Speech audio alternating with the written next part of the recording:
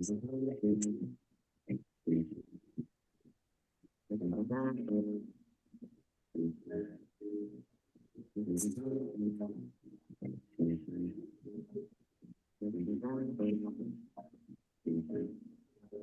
been so many things that's held us down, but now it looks like things are finally coming around. I know we've got a long, long way to go, and where we'll end up, I don't know.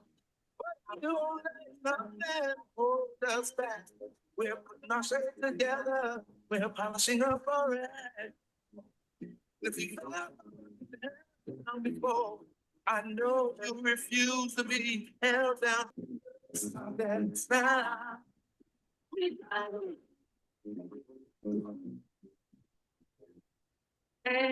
stop and smile. I know, I know. And stop and smile. We got through. We got it. I know you know someone that has a negative vibe. And if you're trying to make it, they only push you aside. They really don't have nowhere to go. Ask them where they're going. They don't know. We won't let them hold us back. We're gonna put ourselves together. We're gonna polish up our act. If you've ever been held down before, I know you refuse to be held down anymore. Don't you let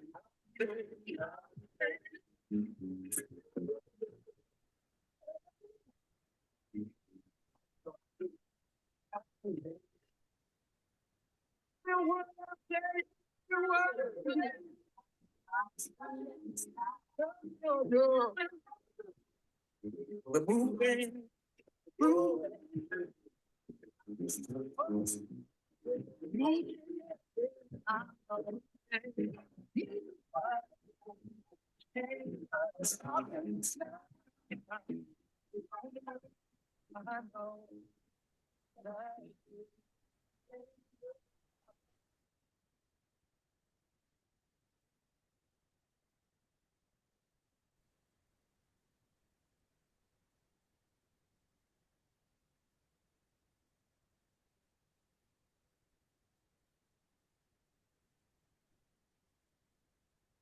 All right, good afternoon, everyone, and welcome to Metro United Way's 18th Beyond Buzzwords Speaker Series, which started in 2020.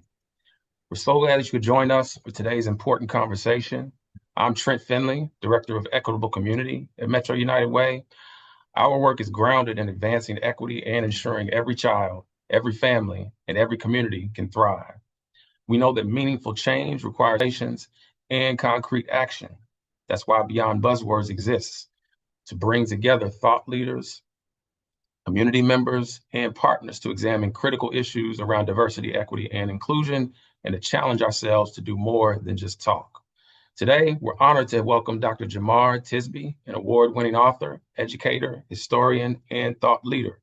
His newest book, The Spirit of Justice, tells the stories of people who fought racism with courage, endured incredible setbacks, and still pressed forward with hope.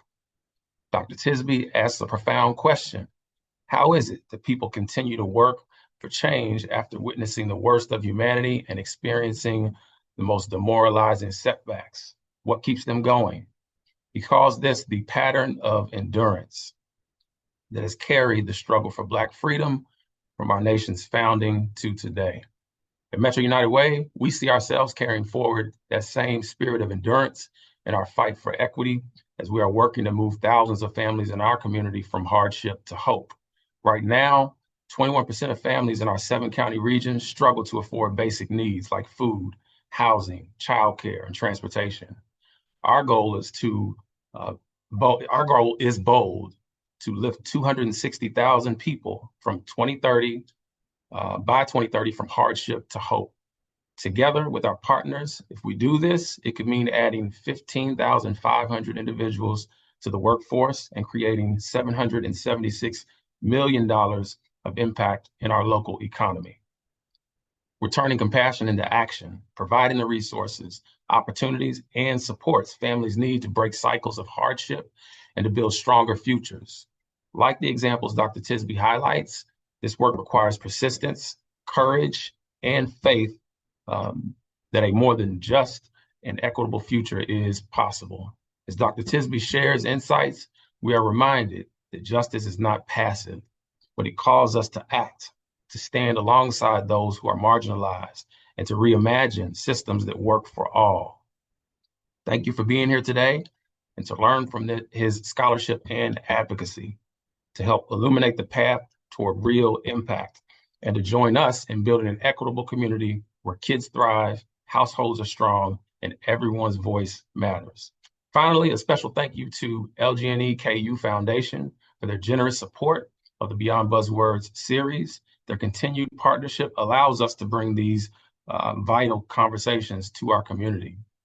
Now, please join me in welcoming Lonnie Villar, Senior Vice President of Engineering and Construction, PPL at LGNE KU Energy, who will introduce today's featured speaker, Dr. Jemar Tisby. Thank you, Trent, and I'm honored to be a Metro United Way board member, and as you said, LG&E and KU, we're also honored to sponsor these important community conversations. We always have a great turnout, and I think they have real impact. So, as introduction, Dr. Tisby is a New York Times best-selling author, historian, and the founder and CEO of Tisby Media. Tisby Media is a visionary educational studio creating a moral, imaginative, and creative counterculture to disinformation, social injustice, and the politics of fear. And in doing those things, we know Dr. Tisby is very busy in today's world. He holds a PhD in history from the University of Mississippi and is the author of multiple books. I saw he posted something where we can find his books in the chat: The Color of Compromise, How to Fight Racism, The Spirit of Justice, as well as several children's books. As a nationally renowned public scholar, Dr. Tisby's work has been featured in the New York Times, The Atlantic, CNN, PBS, NPR, and Time Magazine, among other publications. He's an educator and has taught students from middle school through graduate school. He's an international speaker on the topics of faith, history, and justice, equipping audiences with clarity, confidence, and courage to pursue transformative change. And so again, please join me in welcoming our guest speaker, Dr. Jemar Tisby. And following his presentations, Trent is going to take us through and facilitate a Q&A. Good afternoon, everyone. Thank you for joining me. Listen, I don't want to be talking to myself. I know it's through a screen, but I come from a tradition where they talk back to you. So you can talk back to me in the chat. Let's start here. Drop one word or a short phrase to describe how you're entering this moment, how you're feeling, what's on your mind.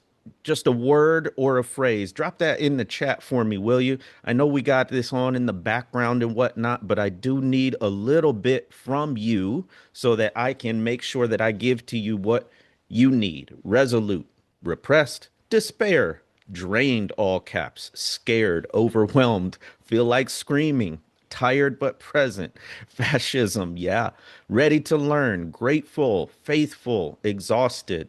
I am right there with you. I think I can relate to every one of those terms. Keep them coming in. And if you hear something that you resonate with, type it in the chat. If there's a quote, a word, a phrase, just interact. Keep that chat going. All right. Let's start with some current events, y'all.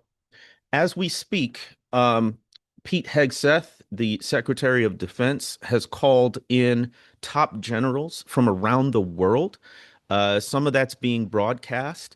And as we talk about Beyond Buzzwords, the buzzword / phrase that we're going to talk about today is white Christian nationalism. White Christian nationalism.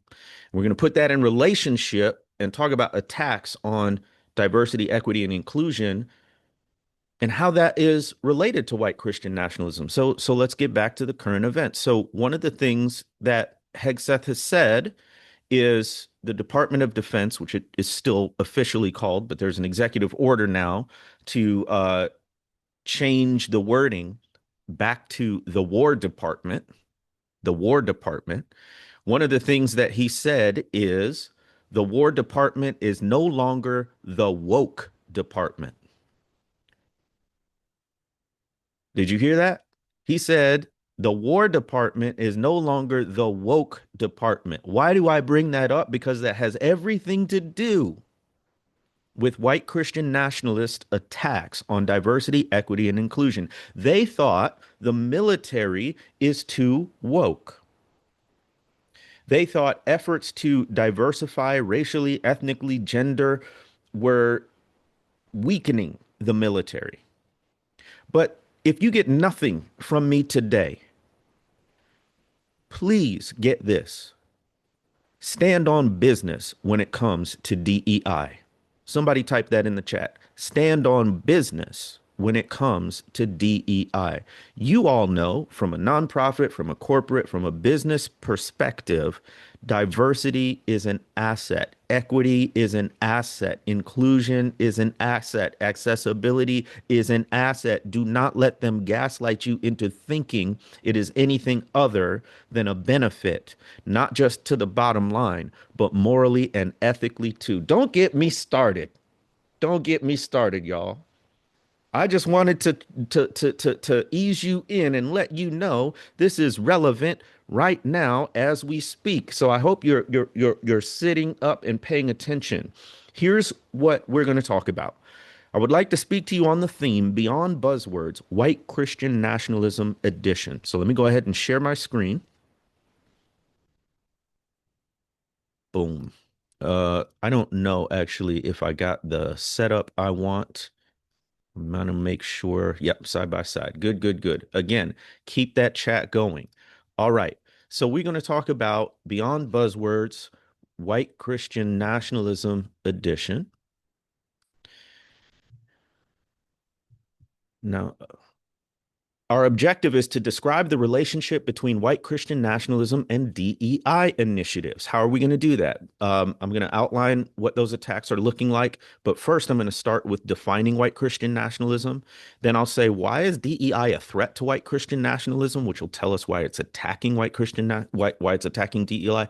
And then I'm going to talk about how we can resist white Christian nationalist attacks on DEI. And I'm going to have to move kind of quickly. But don't worry, this is being recorded. There's also a PDF handout for some tables that I'll be referring to later in the presentation. So if you are ready to go, type in the chat, say locked in. Say locked in. Very good. Let's go. Let's go. All right.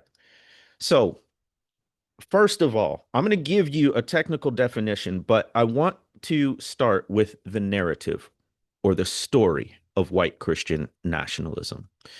All right. So this comes from the book, The Flag and the Cross by Philip Gorski and Sam Perry. I did write the preface to that book. And I like this because we got to think of white Christian nationalism not just as like this set of beliefs that people are reading through a briefing and they're check marking by all the beliefs that they subscribe to. It's much more organic than that. Really, white Christian nationalism is a story. And here's how it goes. America was founded as a Christian nation by white men who were traditional Christians who based the nation's founding documents on Christian principles. And the United States is blessed by God, which is why it's been so successful. And the nation has a special role to play in God's plan for humanity. But these blessings are threatened by cultural degradation from un-American influences, both inside and outside our borders. Now, let me break it down like a fraction. All right. America was founded as a Christian nation. They're going to look at things like all men are created equal and endowed by their creator with certain unalienable rights. Among these are life, liberty, and the pursuit of happiness. When somebody tells you that, tell them that the founders or the framers of the Constitution, the Declaration went out of their way to make sure that we did not have a state religion. Many of them, these European colonists, were fleeing state religion in England and other places. They did not want to set that up in the United States. And when people say, well, these, many of the founders or the framers of the Constitution were Christian. Yeah, isn't it remarkable that they made sure they explicitly did not found the United States as a Christian nation? Somebody say, okay, you agree? I don't know. Tell me something about that. And the reality is the Constitution and the Declaration were as much or more formed by the Enlightenment happening in Europe as Christianity. Nevertheless, the myth or the story says the U.S. was founded as a Christian nation. By the way, this is important for you whether you are religious or not. This is not about pushing a particular religion. I simply want you to understand the way religion is shaping our politics and particularly attacks on diversity, equity, and inclusion. So, whatever your belief system or no belief system at all, you got to understand white Christian nationalism. If you don't, you will not understand the subtext that is animating the actions that you see. I digress. Founded as a Christian nation by white men who were traditional Christians. All right. So here's a word about belonging. White men who are traditional Christians. These are the true Americans. Think about Captain America, Steve Rogers, a white man, blonde hair, blue eyed. I don't know what his eye color is, but you know what I'm saying. There's a type that is seen as a true American. And it goes on, who based the nation's founding documents on Christian principles. I've already mentioned that. And here's the other thing. The United States is blessed by God. There's this sense within the white Christian nationalist framework that the United States is blessed among all other nations, has a special place among all other nations, that it is not equal, but instead is superior to other nations. All right.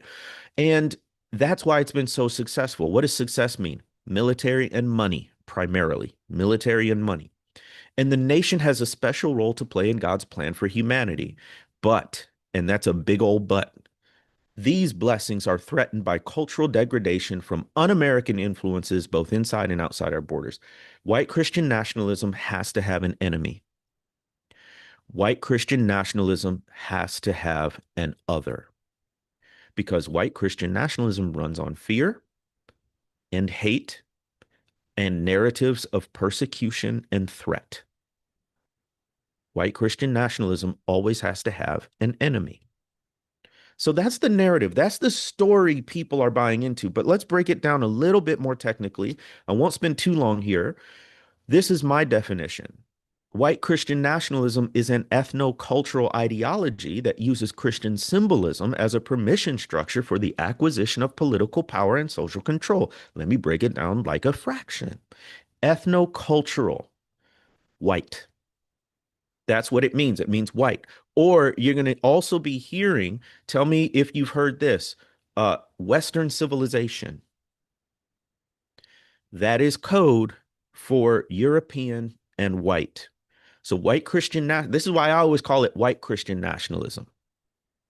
You're going to hear Christian nationalism. That's fine. But understand there is always a racial foundation here. Who's a true American? Who's a true Christian? Who truly belongs? White folk. Now, I'm not, listen, some of my best friends are white. This is not about your skin color. This is about an ideology or a belief system or a story you subscribe to. That's that next word, ideology. Have you ever tried to argue with someone who subscribes to that white Christian nationalist story? Have you ever tried to debate them? Have you ever tried to persuade them? You can stack books and articles and data and facts from floor to ceiling. It won't make a difference. Why? Because the ideology is a story that they're buying into about belonging. This is about belonging. This is about identity. This is about significance. And if we are not approaching people on that level of belonging, identity, significance, we are not going to persuade them into a better story. Is white Christian nationalism Christian? I think that's a question that's beside the point. The reality is they claim they're Christian. And if you are a Christian, then you have a responsibility to present a counter narrative, a counter story, a better story. But they use Christian symbolism. Let us not fall into the no true Scotsman fallacy. Oh, well, they're not really Christians, so therefore we don't have to worry about them. They're not our problem. Well, they're somebody's problem. And since they claim the Christian name, people who adhere to that same religion ought to be concerned. But how does it use Christian symbolism? Look, they pray, they go to church, they read the Bible, they sing songs, all the trappings of Christianity, right? But what is the purpose? It's certainly not to be more like Jesus. It's a permission structure. It is a divine blessing for their true purpose, which is the acquisition of political power and social control. And we're seeing that baldly on display right now from the White House and other places. So so did I define it for you? All right. So if we've defined it here, let's take the next step and say, so what? How is this showing up for you? I'm saying white Christian nationalism attacks diversity, equity, and inclusion. A couple things we got to understand if we want to understand these attacks. Number one, there's a sense that whiteness is sacred, that true Christians, true Americans are white. All right. Now they're going to tolerate different others if you subscribe to the ideology, but the real, the subtext and the narrative is white.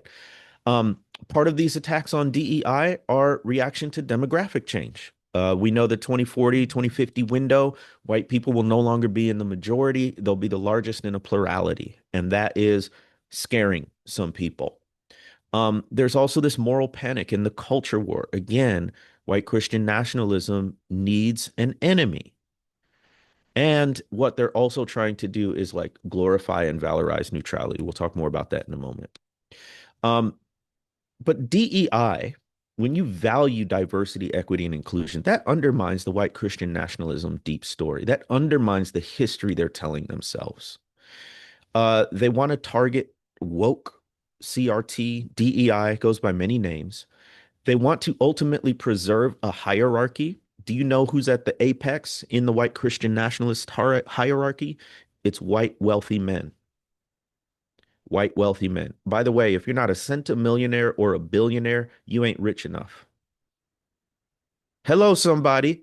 If you're not a centimillionaire or a billionaire, you're not in their conversation.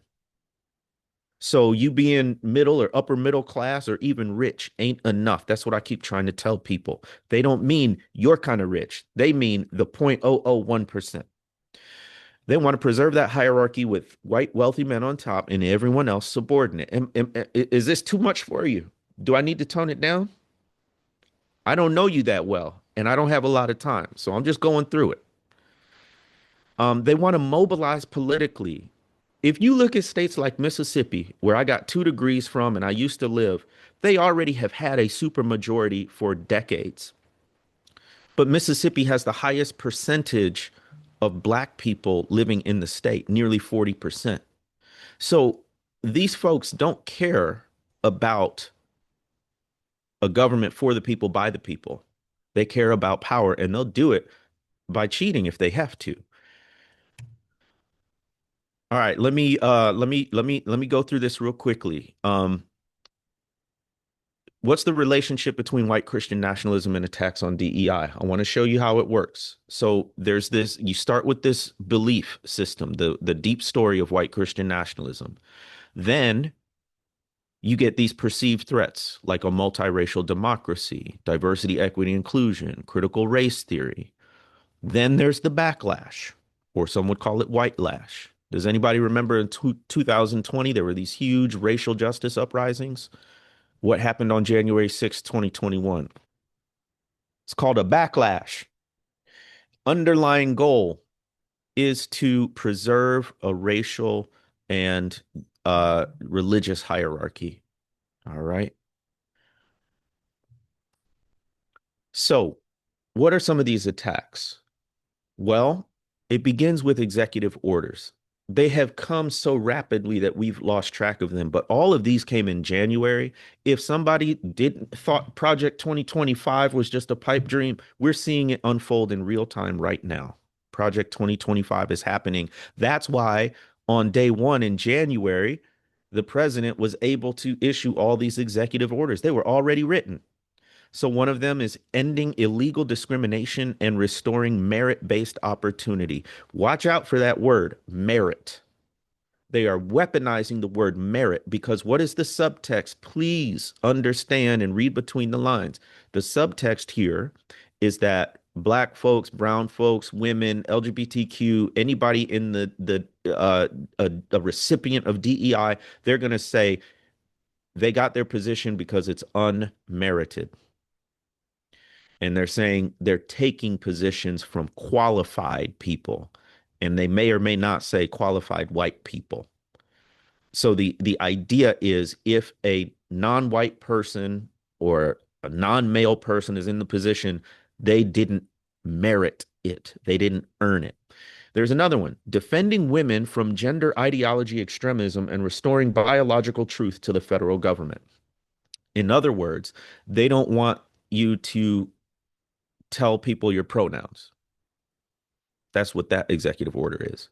And there's another one, ending radical and wasteful government DEI programs and preferencing. What did that one do?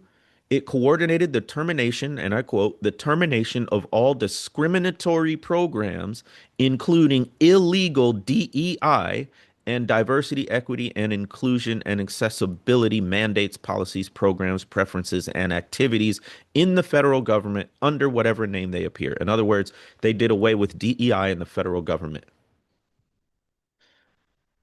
I live here, right here in Kentucky, as do many of you. HB4, did you pay attention to that? Here's a quote from HB4. By the way, the governor vetoed it, and since they have a supermajority in Congress, Republicans passed it anyway. HB4 prohibits a public post-secondary institution from providing differential treatment or benefits on the basis of an individual's religion, race, sex, color, or national origin, or from requiring a course or training of which the primary purpose is to indoctrinate participants with a discriminatory concept. Okay, I would have to do a whole other session just to unpack that. But what it did was eliminate DEI in colleges and universities that are public in Kentucky.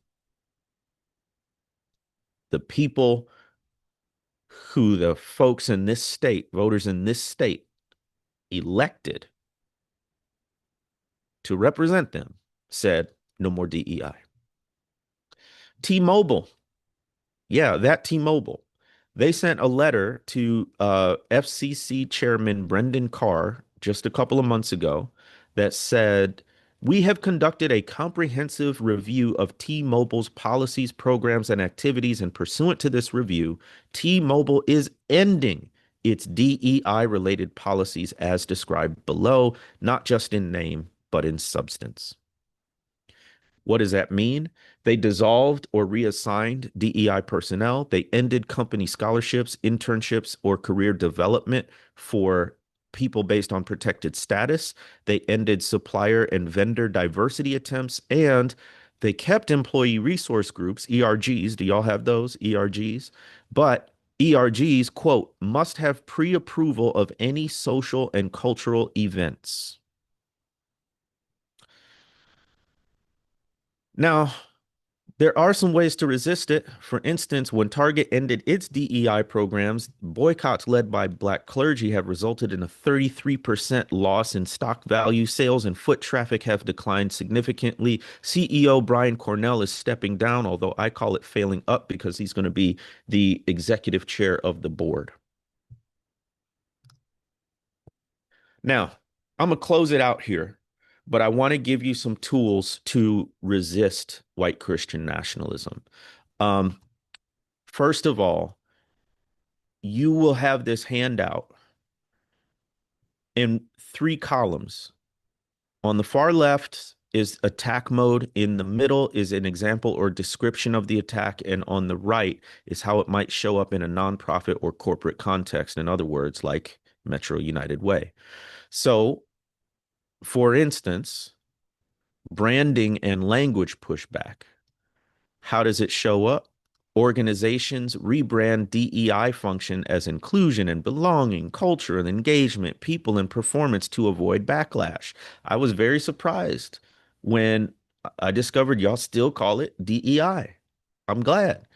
A lot of organizations are saying, well, let's soften the language to avoid public blowback.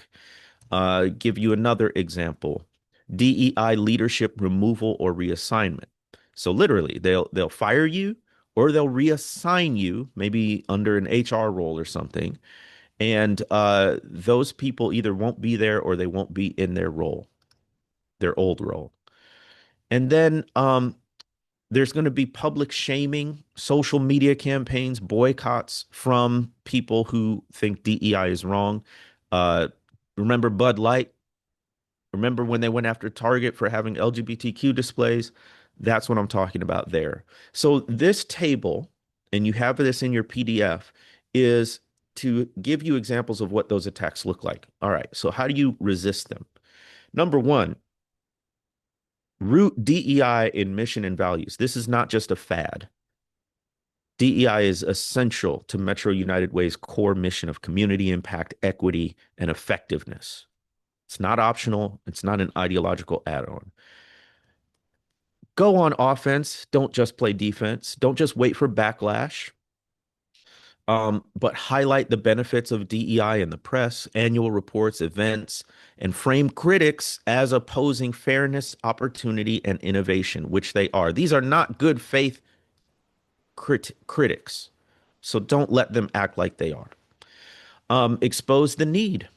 Use hard data to show ongoing inequities like pay gaps, representation gaps, service delivery disparities, and ask them to defend why taking DEI away will help those gaps. They can't. But nobody ever challenges. We get so intimidated. Didn't I say stand on business? Ensure institutional backing and accountability. So embed DEI goals into the strategic plan, budget, leadership, performance reviews. The point is this: avoid having all of your DEI capacity in one role or office. Spread responsibility across teams. So you roll back in one area doesn't collapse the whole thing. I like this part. You know their attacks, you know their talking points, so create frequently asked questions and responses and counter narratives. Anticipate the common criticisms. For example, DEI is unfair to white people. What would you say to that? Well, don't come up with it in the moment. Have a response ready. Have it written down. Train people. Know your bullet points. Be prepared. Be clear. Have values-based responses that emphasize fairness for all. Get your legal team ready. Work with your counsel to vet DEI practices. Are there any gaps here that they could exploit? Go through that. And then ground your practices in anti-discrimination laws and industry best practices. Here's another big one. Don't go it alone. Don't go it alone. Build coalitions and external support. So you partner with peer nonprofits, funders, community leaders, including faith-based allies, to affirm DEI as a moral and communal value. We are stronger together. We can go on and on. Practical ways. You are not defenseless. That's the most important thing. Here's the scariest part for a big organization is this last one. Escalate publicly if attacked. Nobody wants to do this, but it's one of the only things that works. Public shame for shameful practices.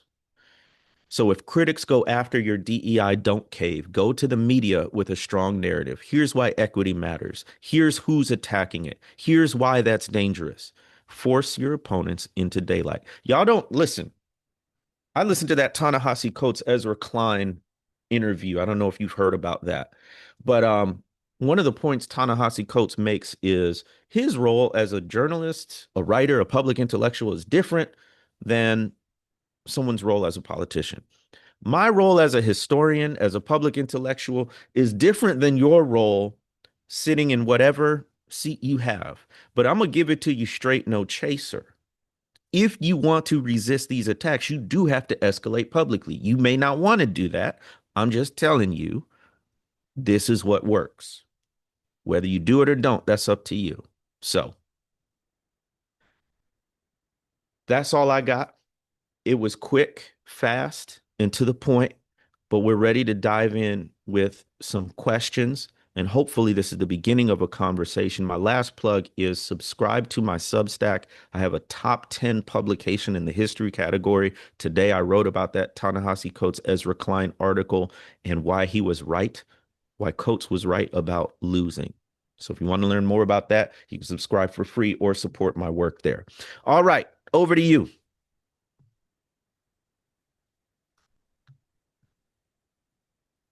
All right. Well, thank you so much for starting off that critical conversation, Dr. Tisby.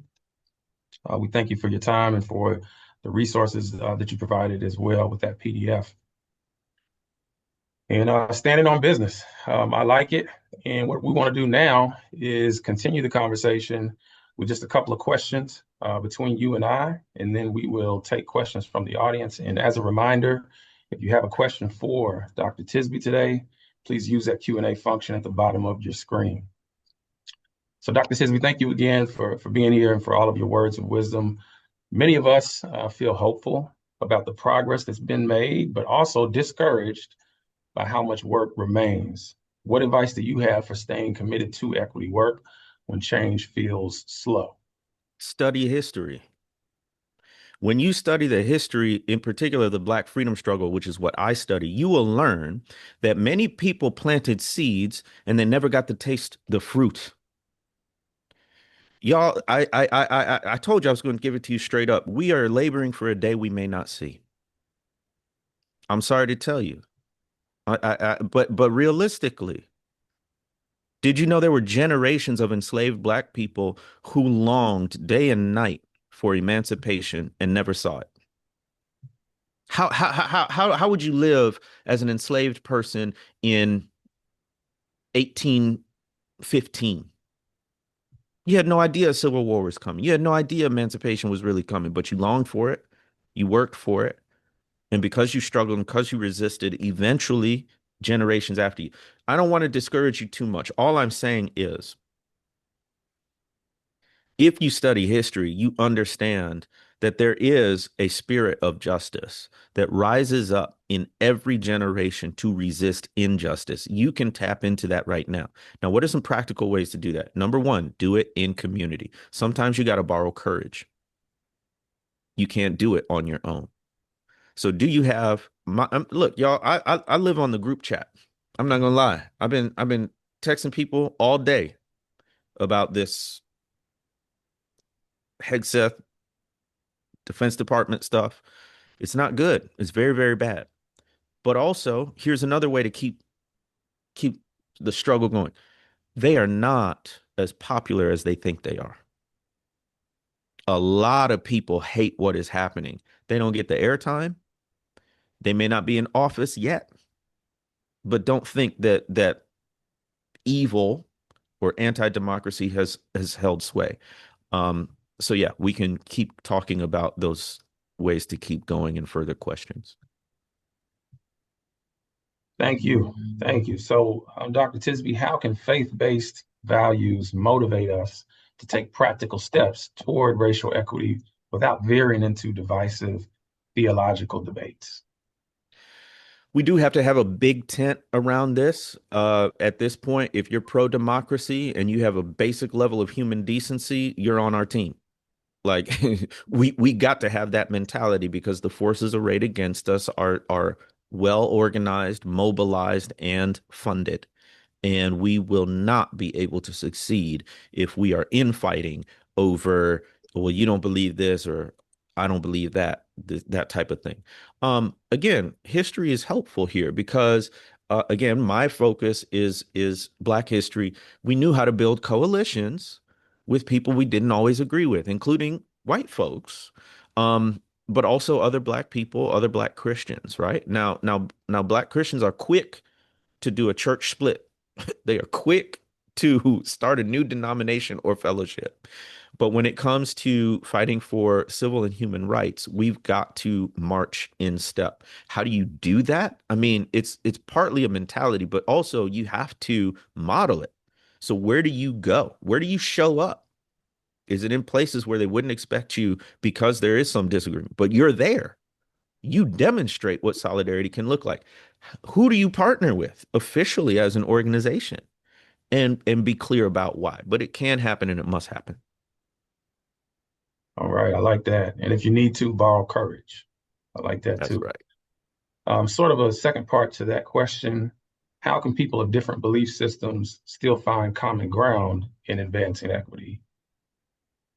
You know, a lot of this stuff is universal to different religions and spiritualities. In the Christian frame, we go all the way back to the first book and the first chapter of the first book of the Bible, Genesis chapter 1, verses 26 to 28. We call it the Imago Dei, where God says all people are created in God's image and therefore derive from that theological anthropology, we get the notion that all people are worthy of dignity and respect. There's some equivalent in every major religion. So you go with the foundations, you go with the fundamentals of your belief system, and a lot of it is simply basic humanistic beliefs. What we're talking about here is not radical. What we're talking about is one person, one vote. What we're talking about is everyone should have a place to belong. What we're talking about here is no one should feel under threat or discriminated against because of their identity, which is actually what DEI is meant to correct, right? Let me read you this one quote from MLK, if I can find it. Yeah. So here's what Martin Luther King wrote in the book, Where Do We Go From Here, which was his last book before he was assassinated. This is sort of around the affirmative action DEI topic. He said, "It is important to understand that giving a man his due may often mean giving him special treatment." He goes on to say, "A society that has done something special against the Negro for hundreds of years must now do something special for him in order to equip him to compete on a just and equal basis. Giving someone their due may often mean giving them special treatment. When they were specially discriminated against, hello, somebody. Now that was all the way back in 1968. What you talk about?" Yes, yes. So thank you, Dr. Tisby. I do want to get us to some audience questions. We have a few good ones. So thanks to everyone who has posted your questions using that Q&A function. As a reminder, if you have a question for Dr. Tisby, use that Q&A function at the bottom of your screen. We'll get to as many questions as we can. If you have a question that doesn't get answered and you'd like us to respond, then email us at info@metrounitedway.org. So we'll go ahead and get to the first question.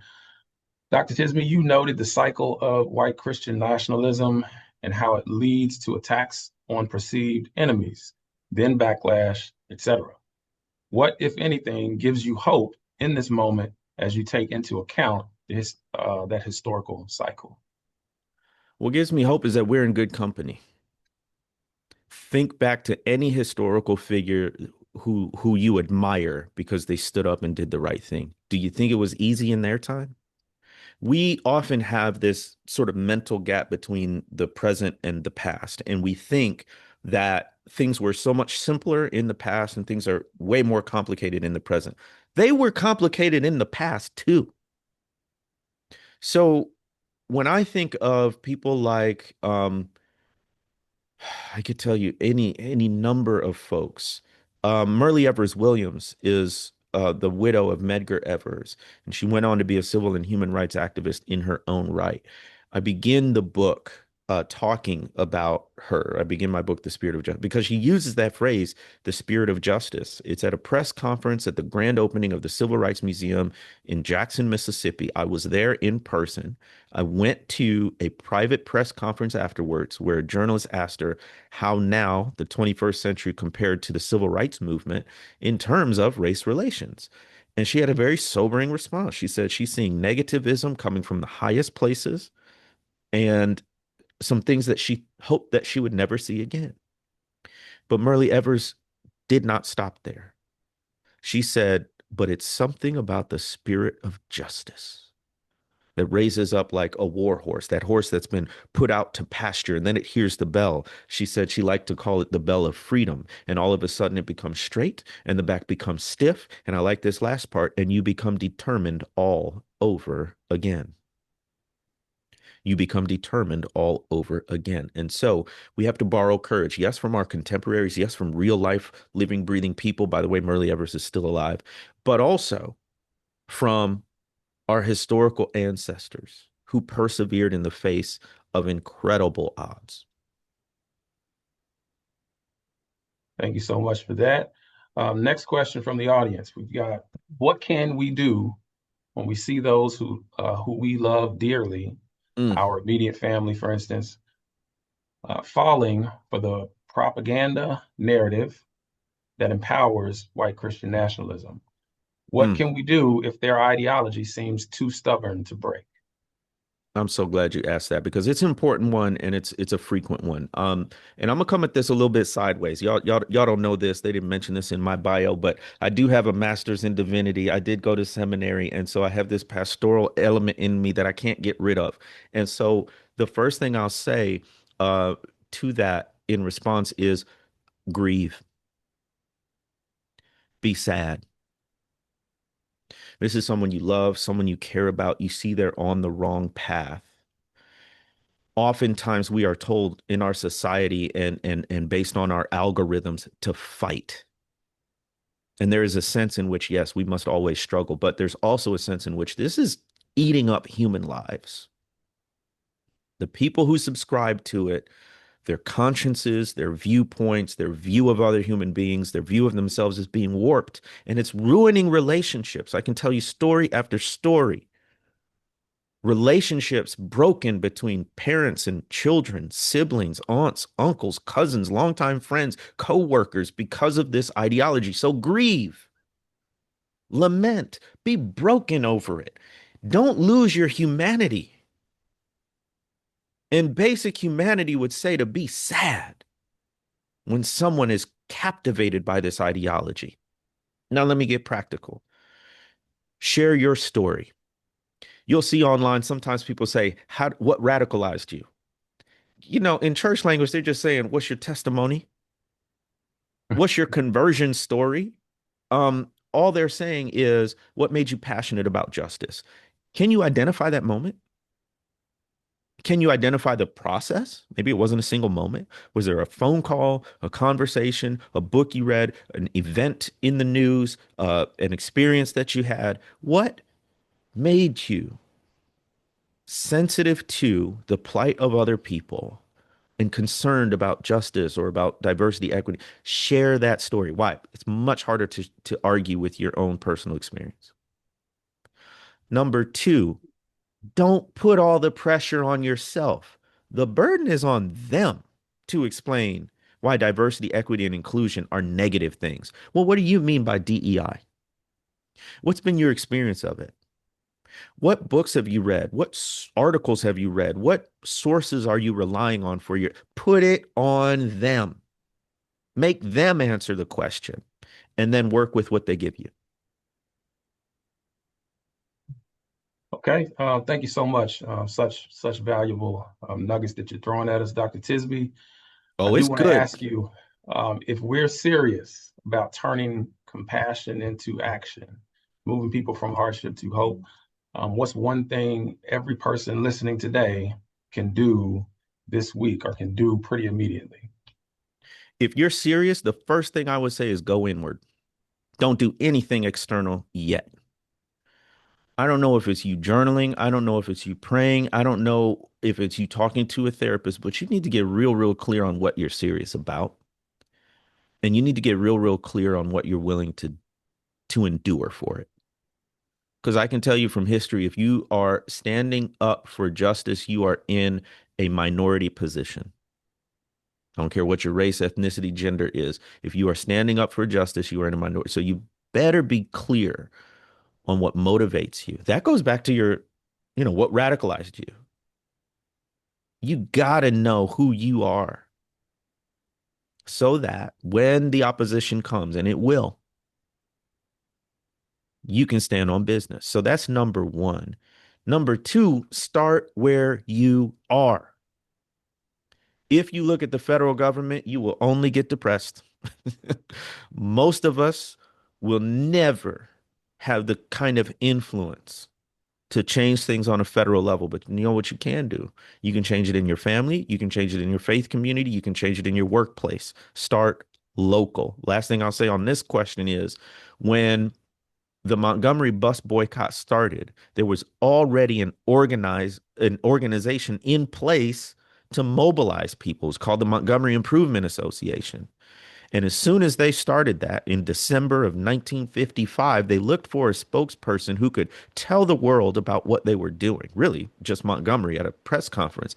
And there was this young preacher who kind of well spoken, new to town, but you know what? Maybe he would be good for it. And so they asked him, and that young man was Martin Luther King Jr.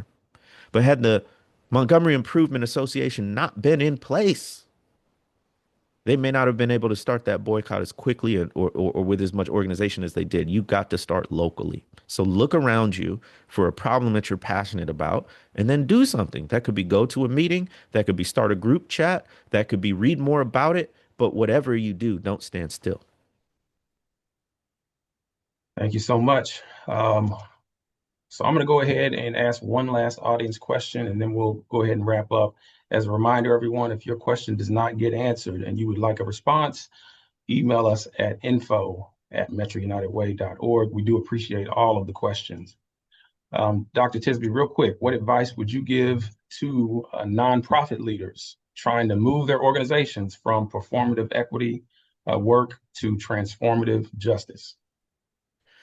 I would refer you to the handout. I tried to go in to pretty good detail there. So study that, try to apply it to your context. A couple of things. One, DEI is good in principle, but in practice and in execution, you got to be careful.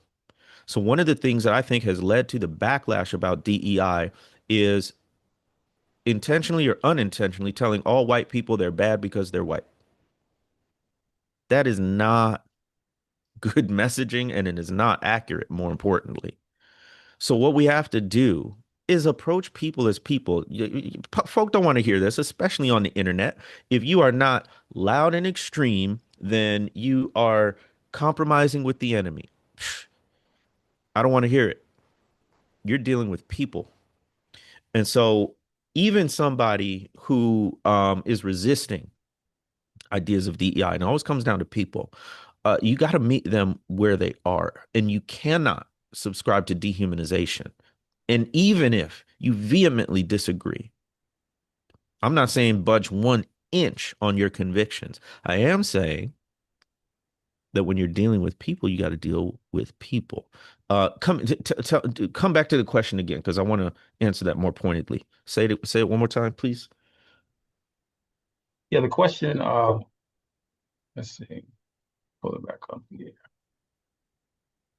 The question was what advice you would give to nonprofit leaders trying to move their organizations from performative equity work to transformative justice. I mean, you got to come with data. So I would have qualitative data in the form of focus groups. Here's what people are saying, or surveys. Here's what folks are saying about the effectiveness of these programs. And you can tell stories that worked and didn't work. So here's what non-performative DEI does and the impact it has. Here's what performative DEI does and why it feels performative, right? So come with the data, but also come with a plan. No one wants to hear just the problem. What do you propose as an alternative? So my point is simply this: we cannot simply be critics, we must also be constructive. Yes, let's point out what's not working and what needs to improve, but also let's use our prophetic imagination, as Walter Brueggemann would say, and visualize and paint a picture for how it could be done, how it should be done, how it might be done better. So come with the data, come with the information, know your stuff, show what's not working, but also come with a constructive plan and idea for how to work that out. All right. Well, thank you, Dr. Tisby, for this important conversation. It's very timely, it's bold, yet very practical. So we thank you for your time with us. Thank you to everyone for participating and everyone that's donated towards our equitable community initiatives. Thanks again to LG&E and KU Foundation, and to help us reach our goal to lift 260,000 people from hardship to hope. Please feel free to donate at metrounitedway.org. Thank you all for joining, and we hope to see you again next year.